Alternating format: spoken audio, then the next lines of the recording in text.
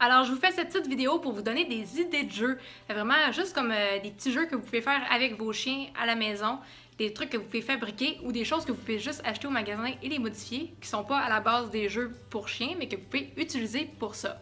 Les jeux comme ça, c'est des jeux que j'utilise dans mon 3e cours de maternelle ici, le 3e et dernier cours.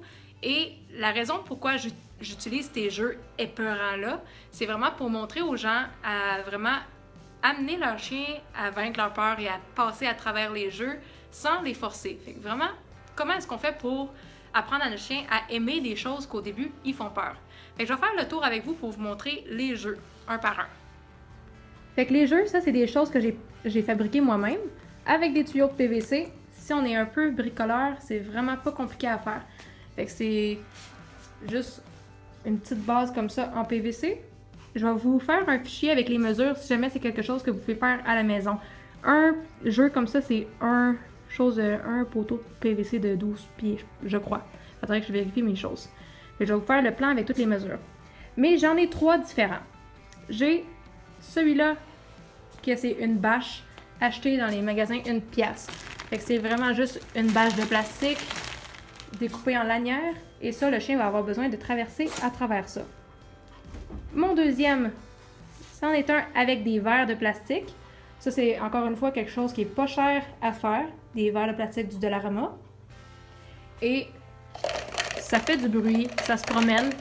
La plupart des chiens ont peur de ça au début, mais il faut que le chien, au final, il passe à travers. Mon troisième, avec des assiettes d'aluminium. Fait que ça fait du bruit. Encore une fois, c'est du bruit qui peut être épeurant pour certains chiens. Fait que notre but, c'est d'amener le chien à passer à travers ça de lui-même. Fait qu'on tire pas, idéalement on fait ça, pas de laisse, on touche pas au chien, on l'amène à lui-même faire le mouvement d'aller dedans. Ensuite, j'ai les tunnels. Pour plusieurs chiens, ça peut être épeurant de passer dans des tunnels parce que c'est renfermé. C'est sûr que là, celui-là, c'était pas un tunnel à la base, c'est vraiment juste comme une petite tente parce que dans mes classes de chiots, j'ai des gros chiens bouvier bernois. Bon, maintenant, on peut voir que Kirito a fait ses exercices comme il faut. Fait que ça, c'est la grosse tente pour les gros chiens. Il faut juste qu'ils passent à travers. Ça, c'est le tunnel pour les petits chiens. Ces tunnels-là, c'est pas des vrais tunnels pour les chiens.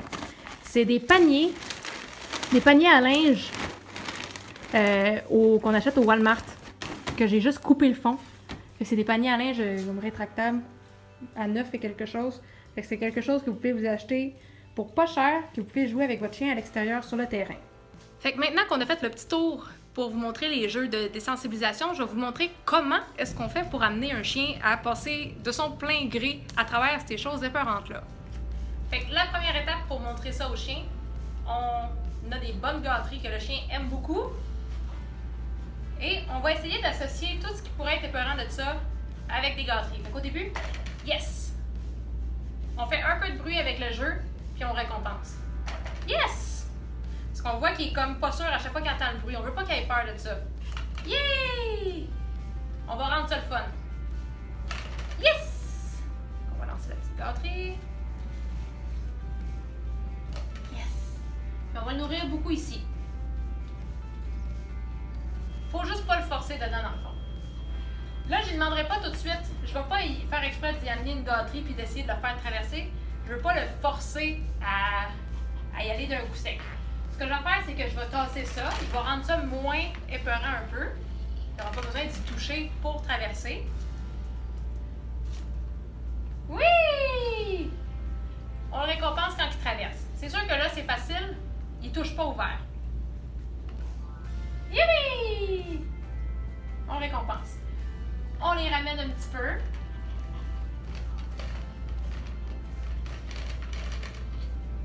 On va le ramener l'autre. On va se prendre une gâterie, c'est plus facile. Oui! Fait que là, il l'a frôlé un petit peu. Puis on dit des youpi en même temps. Comme que je vous avais parlé, la routine de joie. On essaie de rendre ça le plus fun possible.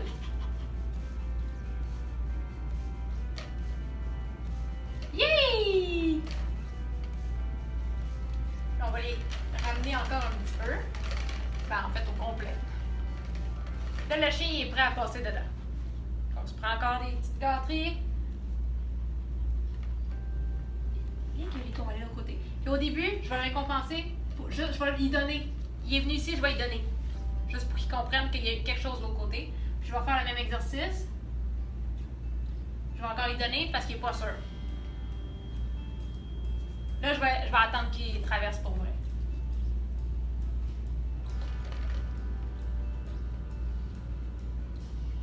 Là, il y a l'autre côté, vous voyez moins vite. Yes!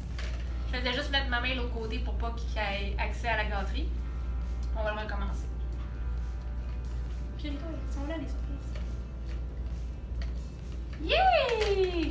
Puis j'y donne un coup qui est rendu de l'autre côté. Fait que dans tout ça, je ne l'ai jamais tiré. On est vraiment allé tranquillement.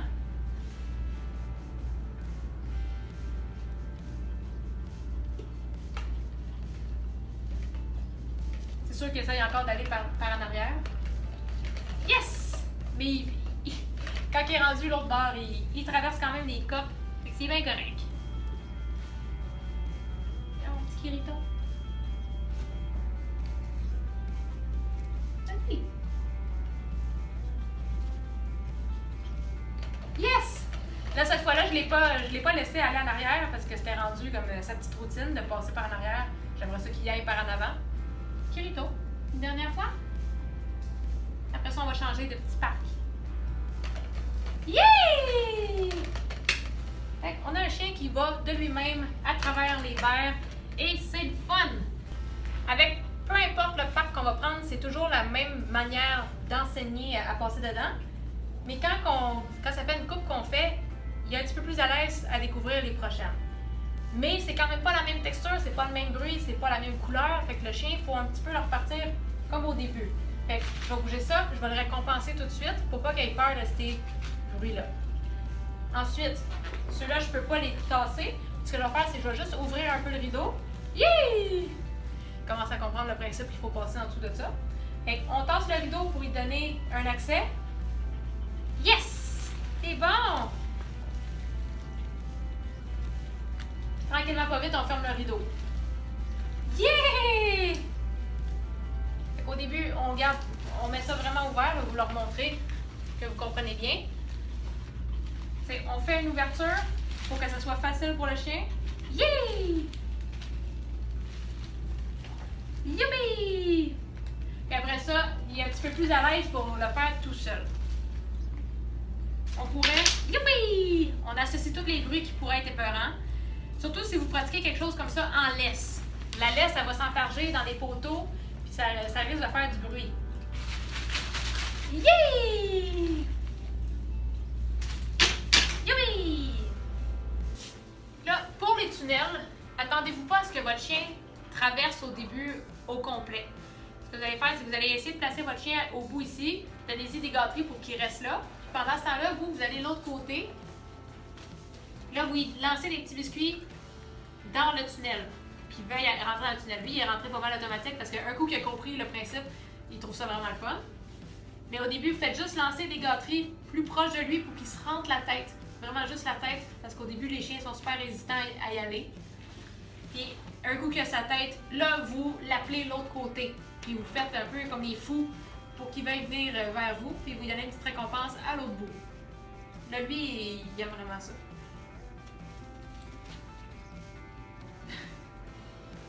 On n'est pas obligé de juste faire le tunnel.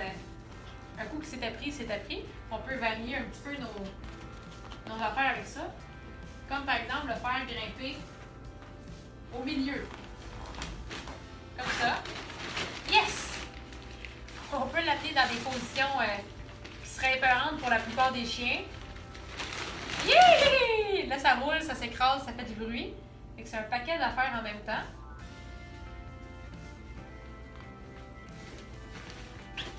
Yes! Youpi! C'est bon! Fait que les jeux comme ça, c'est pas quelque chose que vous êtes obligé de faire. C'est quand même quelque chose que je conseille beaucoup aux gens de pratiquer à la maison. Vous n'êtes pas obligé de vous construire vraiment des bidules. Vous pouvez vraiment juste vous prendre des assiettes d'aluminium, puis faire du bruit avec, puis associer ça à quelque chose de positif. Puis essayer de prendre beaucoup de choses dans la maison qui peuvent faire du bruit et les rendre le fun pour le chien. Parce que le plus gros problème de jappage des chiens est causé par de l'anxiété ou juste comme le stress que certains bruits ou objets provoquent. Fait que c'est le plus qu'on pratique, le plus qu'on a des chiens qui sont bien dans leur tête et moins stressés de leur environnement. Fait que c'est tout pour cette petite vidéo et on se revoit pour la suite du cours.